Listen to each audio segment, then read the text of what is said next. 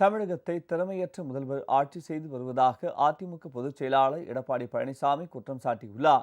திருப்பத்தூர் மாவட்டத்தில் மக்களை காப்போம் தமிழகத்தை மீட்போம் சுற்றுப்பயணம் மேற்கொண்ட எடப்பாடி பழனிசாமி வாணியம்பாடி பேருந்து நிலையத்தில் பொதுமக்கள் மத்தியில் உரையாற்றினார். அப்போது திமுக ஆட்சியில் சட்டம் ஒழுங்கு சீர்கெட்டு இருப்பதாக கூறினார். மக்கள் பிரச்சனையை தீர்க்க முதலமைச்சர் ஸ்டாலின் எந்த நடவடிக்கையும் எடுக்கவில்லை என்றும் அவர் தெரிவித்தார். வாக்கு வங்கிக்காக சிறுபான்மையினரை திமுக அரசு ஏமாற்றி வருவதாகவும் எடப்பாடி பழனிசாமி குற்றம் சாட்டினார்.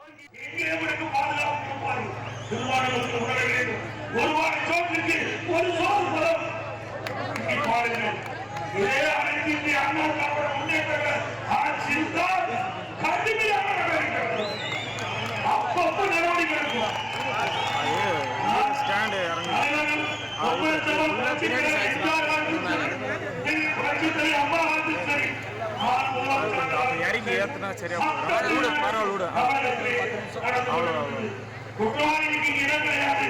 குற்றத்தில் ஈடுபடுகிறவன் அச்சத்தோடு வருகிற சூழ்நிலை உருவாக்கின்றோம்.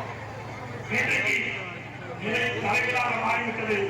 இன்றைக்கு குற்றத்தில் ஈடுபடுகிறவன் காவல்துறை கண்டு எங்கே அச்சப்படுவதில்லை.